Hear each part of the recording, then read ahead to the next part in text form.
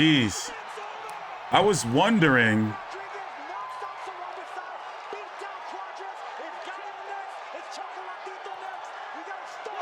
San Antonio, the performance by Rodriguez against Carlos Cuadras was surprising.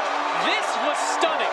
Not that Rodriguez won. He came in the more talented fighter, but that he was able to hurt, batter, and beat down one of the best in the 115-pound division.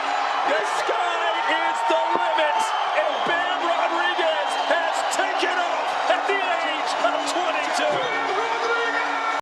So, let me just start off by saying this. I think that he can beat all the champions at 112 pounds if he decides to go back down. Now, he already has Carlos Cuadras and Service Cat Rungvisai on his resume. Stopped him in round number 8, and I wonder if the referee had a bone to pick with Rungvisai because he let that go on a little bit too long, in my personal opinion. You know, and you can tell coming into the 8th round, Rungvisai was real stationary, and his punches were slow, and you can just tell his feet was kind of stuck in the mud. He was dropped in the previous round. And then he just started swinging for the fences and got his ass beat. Stopped on the ropes in round number 8. But this guy's good. Like, really, really, really good. And when I say I feel he can defeat all the guys at 100, let's watch a little bit of the highlights. Oh, that wasn't nothing. They didn't really show a long enough highlight. I could just pull it up on Twitter, but I am not feeling well at all. So I'm waiting for this lunch spot to open up at 11. Mexican lunch spot, too, to go get some baked chicken and just some white rice to get on my stomach. Haven't had a solid meal in about 4 days or so. I had some food poisoning. So I've lost 15 pounds in a week. Wow. Talk about water weight. I'm not going to tell you how I did it, but I was fucked up. I'm talking about like cold sweats and like horrible. Oh. But anyway, looking at the rankings on my website, FightView360.com, I think he can beat Julio Cesar Martinez, who was supposed to be on this card. I think he can beat McWilliams Arroyo. I think he can beat Dalakanian. I think he can beat Sonny Edwards. And I think he can beat Nakatani. Now, the division he is right now, he had to jump up in short notice 2 weight divisions to fight Carlos Cuadras. Now he's got Rungvisai under his belt. Both of those guys who both fought Estrada and Chocolatito. So can he beat Fernando Martinez? Yes, Fernando Martinez. You may remember that he had beat Jerwin and Cajas earlier this year in what was considered an upset. Let's listen in. Take your time out. Like the video, subscribe. And still, the WBC Super Flyweight Champion of the World, Jesse Rodriguez.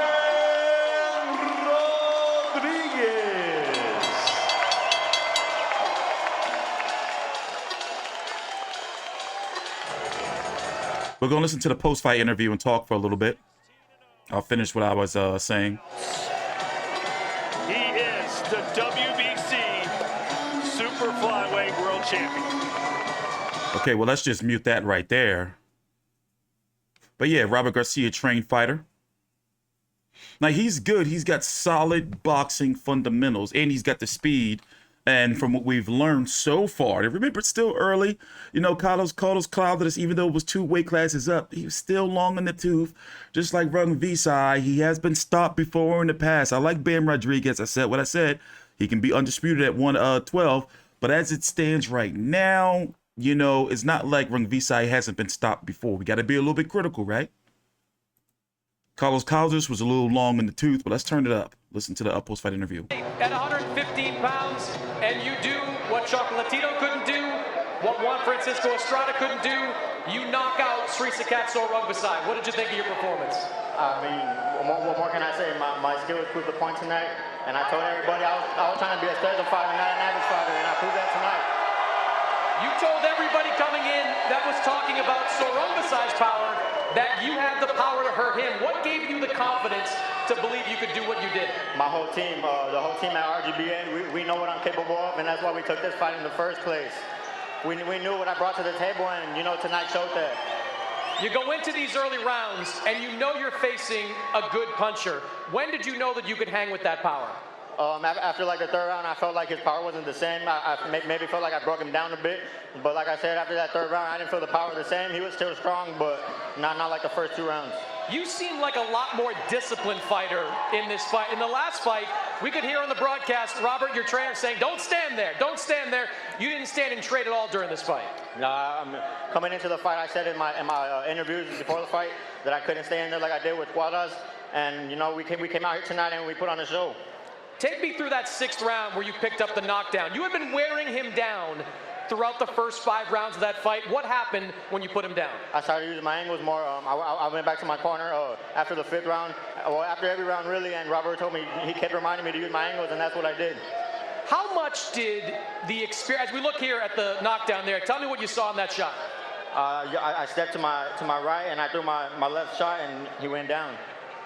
Tell me how much the experience that facing Cuadras already had. Having fought once at 115, how valuable was that experience in this fight? I'm thankful for that Cuadras fight. You know, it not only gave me experience, but it put my name out there, and that's why I'm fighting here tonight in a main event in San Antonio. Without that fight, I wouldn't be here, so I'm very thankful to Matthew, Taken, RGBA, all my whole team. You know, it's not just my performance, it's all of us, and it just shows how strong my team is. Your trainer, Robert Garcia, told me earlier, he said, look, after this fight, we're going to go back down to 112 pounds. How do you feel about that right now? I'm down to do whatever Robert says. Any champion at 112, come and get it. I'm here. Ben Rodriguez is here to stay. I'm a special fighter, not an average fighter.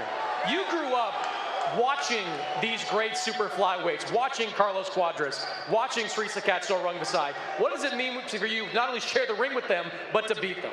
It means everything. Like you said, I grew up watching these guys, so to be in the ring with them is just a privilege itself. But to beat them the way I've been beating them, it means everything to me and my team, and we couldn't be more than happy. Is it in your mind at all to face the other 2 guys that were the top guys at 115? That's my brother, Josh Franco. For those who don't know, he's very underrated, and he's just waiting for his shot, but once he gets it, he's going to show who he is. Is this the time of the Rodriguezes and the Francos at 115? We're here to stay. 112, 115, anybody can get it. Congratulations, well done this fight. We're going to turn to Eddie Hearn, your promoter. Eddie, you said that this kid was a special talent. You believe he could be a superstar. What did you see tonight? Well, I'll tell you, San Antonio, you've got a superstar on your hands. You know, this kid, these kind of fighters only come around once in a generation. We live in a world of hype. It's hard not to get too excited. This is the youngest world champion in boxing and already might be a pound-for-pound great. From 108 pounds to 115 pounds, honestly, I don't think I'd back any fighter to beat him. And I'm talking about some of the greats, Chocolatito, Estrada. These feel like they're a long way away, but honestly, would you put those guys as a favourite against Bam Rodriguez now? He can go down to 108, he can go to 112. But literally, there's not one fighter that I'd put to Robert Garcia or Jesse Rodriguez that they wouldn't accept the challenge against. Like this young man says, he's here to be a great. He's here for legacy, he's here to be remembered. And San Antonio should be very proud of Jesse Rodriguez because, you know, like I said, these fighters come around once in a generation at this kind of age. Special talent. All right, so you work with Chocolatito, you've worked with Juan Francisco Estrada. Can we get him those fights? Yeah, look, you know, it's all about the speed they want to go. With a fighter like this, normally you'd take the time, you'd let them get the experience, you'd drop to 108, you'd drop to 1012. But honestly, I don't see Estrada beating Jesse Rodriguez. Chocolatito, a legend of the sport, but it's down to Robert, it's down to Jesse. 112, I think he can go and unify, he can do it at 115, he can do it at 108. This kid can do anything he wants to do. And there's a long career ahead. Very young guy, but all the ability to be a pound-for-pound great. The skills are incredible, the jab is incredible. Robert and the team have done an incredible job. He's a pleasure to work with, and it's been great to come here tonight. This city's going to see massive Jesse Rodriguez fights in the future. You going to bring him back here? Absolutely. This is the first time. He's a baby. He's still learning. You know, it's a lovely turnout tonight. We're going to get bigger and bigger, keep building. But the great thing is, when you're promoting a fighter that is as special as Jesse, you can go into all these mega fights knowing that you've got the cream of the crop. Appreciate it. A lot of big things ahead for Jesse Rodriguez. Guys, throw it back to you. Hey, this could be a crazy analogy, Sergio, and tell me if it is. Jesse. Yeah, so because he's close with look, and the crowd's still there. That is a nice turnout for a young fighter like this, for real. But yeah, you know, I agree that I would pick him over any of the guys at 115. You got Ioko's who's going to take on Dani Nietes. Fernando Martinez. We don't know if he's going to rematch Jerwin and Cajas or not. He's 14-0, 8 KOs. Ford and Cajas beat him in an upset earlier this year, back in the February. Ioka, he's going to be fighting Dani Nietes. That's going to be July the 13th, just in a couple of weeks. Jake Donovan posted last night, lots of people clamoring for Bam versus Chocolatito fight next. Bam has openly said, at least to me, that it will be a last resort for him as they both fight for taking and are like brothers.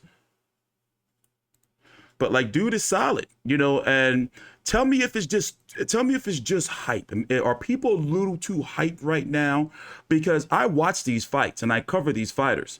And when I'm looking at 115, the only person he would have some issues with, in my opinion, is Chocolatito. But he would beat Francisco Juan Estrada. And I believe that those two have to fight next. But he's talking about going back down to 112. And listen, he would clean out this division. He would beat Julio Cesar Martinez and McWilliams Arroyo. He would beat Artem Dalakanian. He would beat Sonny Edwards. I like Sonny Edwards, but he would beat, oh my bad, I didn't show you the, he would beat Sonny Edwards. And he would beat Junto Nakatani. So therefore, there's a path right there where he can be undisputed. You know, like, and these are fights that can happen. Now, 108, he just fought. He can beat these three. He can beat Jonathan Gonzalez, Felix Alvarado, and Kayaguchi. He can beat them. I haven't seen enough of Kenshiro yet. I haven't seen enough of him. And I was supposed to watch a recent fight of his, but I think I woke up too late. What card was this? I think I woke up too late. I don't know. It might not have been that card. Well, anyway, let me get up out of here. Like, dude is good. Like, really, really good. But let me get up out of here. I'm T Street Controversy with Fight View 360. Take your time out, like the video, subscribe. Thanks for watching.